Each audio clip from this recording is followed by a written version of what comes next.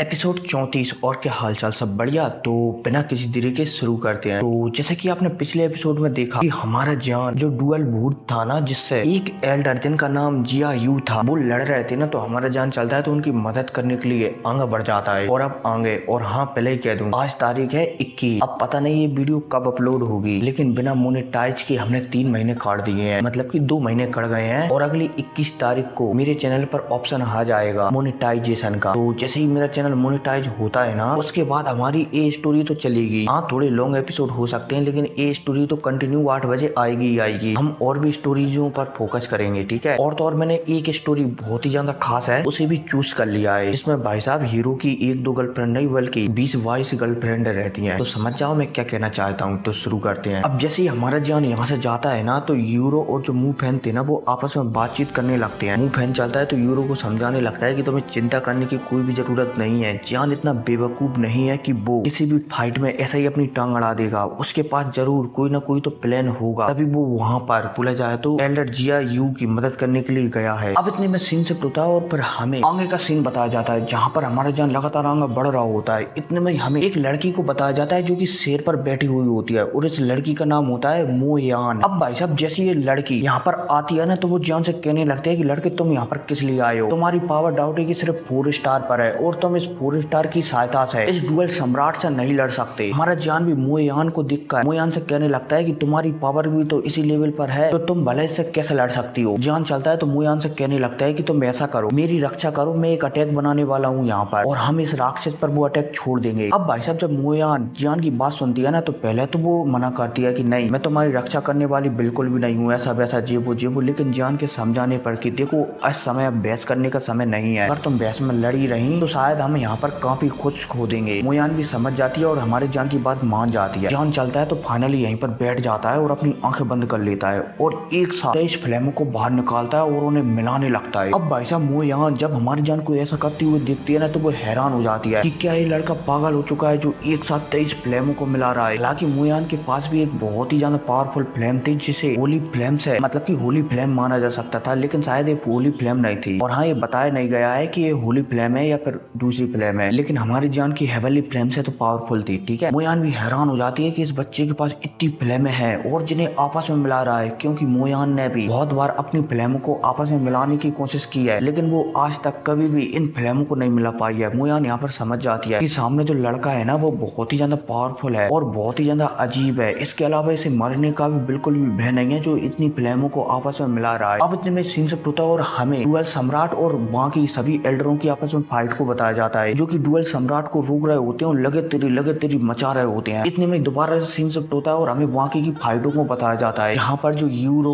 मुफैन, Juju king, song चैन, हीटियान, ली gene, ले मी, बाकी की सभी लोग यहाँ पर जितनी भी एवल भूत थे ना, सभी से लड़ रहे होते हैं लगे तेरी। और यार मुझे समझ में नहीं आ रहा है कि कभी इसमें बीच में नए बंदे आ जाते हैं, जैसे कि ये लड़की मोयान। अब पता नहीं ये लड़की कहाँ से आ गई। मेरे ख्याल से ऐसा होगा कि जो जंगल है ना, यहाँ पर और भी बहुत से बंदे और भी रास्तों से घुस आए होंगे, जो कि जैसे हमारा जान हेंजियान वैली में शामिल होने के लिए कंपटीशन में शामिल हुआ है ना, ऐसा ही ये बंदे भी शामिल होंगे। उम्मीद है ऐसा ही होगा कुछ। अब यहाँ पर चारों तरफ एकदम लगे तेरी मचने लगती है, हर तरफ दुकानदार फाइट होने लगती है। अब इतने में हमें एक एल्डर को बताया जाता है जिनका नाम होता है चैन हू। अब जब ये डुअल सम्राट से फाइट कर रहे थे ना, तभी इन्हें महसूस होता है कि उनके पीछे धीरे कर एक पावरफुल हमला तैयार हो रहा है। तो यहाँ पर एल्डर चैन हू चलते हैं तो तुरंत उस दिशा में देखने लगते हैं जिस दिशा में हमारा जान बैठा हुआ था। अब जैसे ही हमारे जान के हाथों में एक कमल बनता हुआ देखते हैं ना, तो ये हैरान हो जाते हैं कि ये लड़का आखिरकार इतनी सारी फ्लेमों को आपस में कैसे मिला सकता है। लेकिन ये फिर सारी बातों को नजरअंदाज करके दोबारा से डुअल सम्राट से फाइट करने लगते हैं। अब कुछ समय तक ऐसा ही चलता रहता है, हमारा जान लगातार कमल को पावरफुल बनाता रहता है। लेकिन इतने में एल्डर चैन हू दोबारा से महसूस करते हैं कि जान का जो अटैक है ना, वो लगातार पावरफुल होता जा रहा है। लेकिन वो ये बात समझ जाते हैं कि जान की पावर शायद इतनी नहीं है जिसकी सहायता से वो इस हमले को पावरफुल बना सके। इसलिए चैन हू चलते हैं तो उनकी जो पावर थी ना, वो हमारे जान के शरीर में डालने लगते। इतने में इस डुअल सम्राट से और भी एल्डर लड़ रहे थे ना, 1-2, वो भी ये महसूस कर लेते हैं, इसलिए वो भी जान के पास आ जाते हैं और वो भी अपनी डाउकी को हमारे जान के अंदर डालने लगते हैं। अब जब जान ये देखता है कि आसपास के एल्डर उस पर विश्वास कर अपनी पावर उसे दे रहे हैं, तो हमारे जान समझ जाता है कि उसे अब इस कमल को और भी ज्यादा पावरफुल बनाना पड़ेगा। इसलिए जान चलता है तो इस कमल को और भी ज्यादा पावरफुल बनाने लगता है। और तो और एल्डर चैन हू और बाकी लोगों को जब हमारे जान को अपनी डाउकी देते हैं ना, तो हमारी जान की जो पावर लेवल है ना, ना वो फिलहाल के लिए बढ़ जाता है और डाउडी के 6 स्टार पर पहुंच जाता है, जिस वजह से हमारा जान इस कमल में और भी ज्यादा पावर भरने लगता है। इतने में हम मोयान को देखते हैं जो कि हमारी जान की रक्षा कर रही होती है। अब जब मोयान ये देखती है कि आस-पास के एल्डर भी हमारी जान की मदद करने के लिए उसके पास आ गए हैं, तो मोयान समझ जाती है कि डुअल सम्राट जो अभी जिया यू और बाकी लोगों से फाइट कर रहा है ना, अगर उसका ध्यान इधर भटा मतलब कि इस साइड बटा तो शायद वो हमारी जान पर हमला करने के लिए आ सकता है। इसलिए मोयान चलती है, तो यहाँ पर फैसला लेती है और अपने शेर से कहती है कि हमें डुअल सम्राट को कुछ समय के लिए रोकना पड़ेगा ताकि जान अपने अटैक को पूरी तरह से प्रिपेयर कर सके। शेर भी मोयान की बात मानता है, हालांकि पहले तो शेर मना करता है कि नहीं प्रिंसेस, हम मोयान से नहीं लड़ सकते क्योंकि मोयान से नहीं डुअल सम्राट से नहीं लड़ सकते क्योंकि वो बहुत ही ज्यादा पावरफुल है। लेकिन मोयान के समझाने पर वो मान जाता है कि ठीक है। अब इसके बाद मोयान चलती है तो सीधा डुअल सम्राट के सामने जाकर उससे लड़ने लगती है। अब भाई साहब जैसी मोयान डुअल सम्राट के सामने आती है ना, तो डुअल सम्राट जो एक लड़की की बॉडी पर कंट्रोल करा हुआ था ना, उस लड़की की बॉडी थोड़ा हिलने लगती है, जिस वजह से डुअल सम्राट को परेशानी आने लगती है कि चल क्या रहा है। उसने तो जो लड़की थी ना जिसने हमारे जान के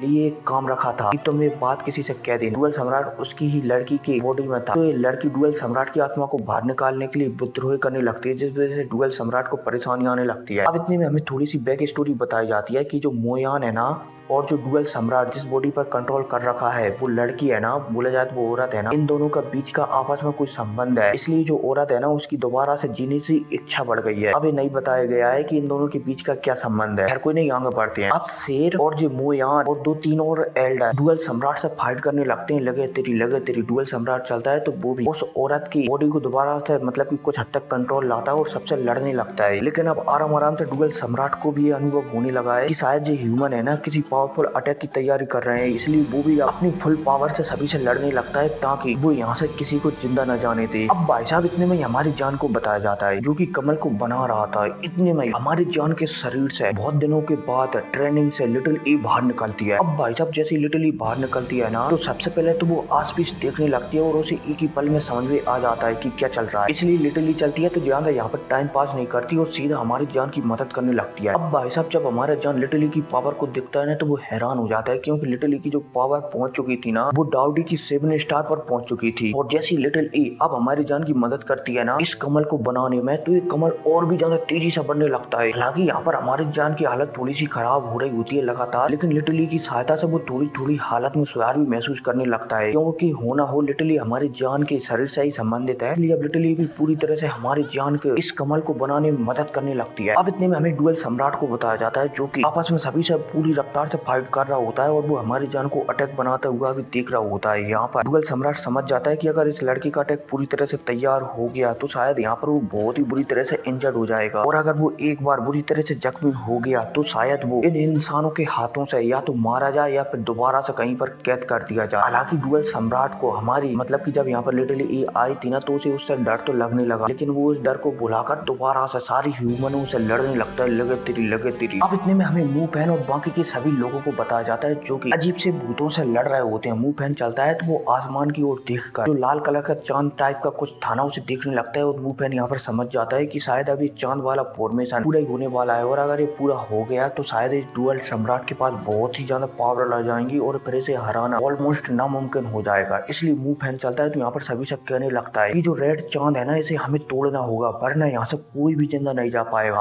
अब भाई साहब मुंह पहन की ऐसी बातें सुनकर कुछ लोग चलते हैं तो मुंह पहन के पास आ जाते हैं और मुंह पहन से कहने लगते हैं कि क्या करना है। मुंह पहन चलता है तो यहाँ पर सभी से कहने लगता है कि तुम सभी के सभी ऐसा करो, मेरे अंदर अपनी पावर डालो, मैं एक पावरफुल अटैक बनाऊंगा हीनोरियान वाला और इस मून को ब्लास्ट कर दूंगा। अब भाई साहब मुंह पहन की ऐसी बातें सुनकर कुछ लोग मान जाते हैं और यहाँ पर अपनी सारी पावर मुंह पहन के अंदर डालने लगते हैं। मुंह पहन चलता है तो सारी पावर को अपनी तलवार में एकत्रित करने लगता है जो कि शायद लकड़ी की बनी हुई होती है। अब भाई साहब जैसी ये तलवार पूरी तरह से चमकती है ना तो यहाँ पर मुंह पहन किसी टेक्निक का उपयोग करता है और सीधा एक अटैक इस चांद में मार देता है, जिस वजह से ये चांद यहाँ पर ब्लास्ट हो जाता है और चारों तरफ शक्तियों की लहरें फैल जाती हैं। और तो और इस शक्तियों की वजह से जो मुंह पहन था ना वो पीछे फेंकता हुआ चला जाता है। लेकिन इतने में यूरो चलती है तो मुंह पहन को वो पकड़ती है और उसे गोलियां खिलाकर उसे दोबारा से मतलब कि उसकी हालत नॉर्मल करने लगती है। अब इतने में हमें डुअल सम्राट को बताया जाता है जो कि अपने चांद के नष्ट होने पर बहुत ही ज्यादा गुस्सा हो जाता है और आसपास में सभी को उठाकर फेंक देता है। अब इतने में दोबारा से हमारी जान को बताया जाता है जो कि उस एंग्री विद द लोटस को पूरी तरीके से बना चुका था। जान चलता है तो खड़ा होता है। हालांकि इस समय हमारी जान जियान की पावर बहुत ही ज्यादा कम होती है, मतलब की जो सैनिक की शक्ति है ना वो बहुत ही ज्यादा कम होती है। लेकिन जियान चलता है तो कोई भी रिस्क लेना नहीं चाहता था, इसलिए जो एंग्री बुद्धा लोटस है ना उसे बहुत ही ज्यादा छोटा कर देता है। और मैं ये कह रहा हूँ इसी छोटे के साथ ये एपिसोड खत्म हो जाता है। तो चैनल को सब्सक्राइब करना और कम्युनिटी पोस्ट में जाकर पोस्टों को चेक करो, वहाँ पर एक चैनल की लिंक है तो जाकर उसे सब्सक्राइब करना, ठीक है। तो मिलते हैं अगली वीडियो में, टेक केयर।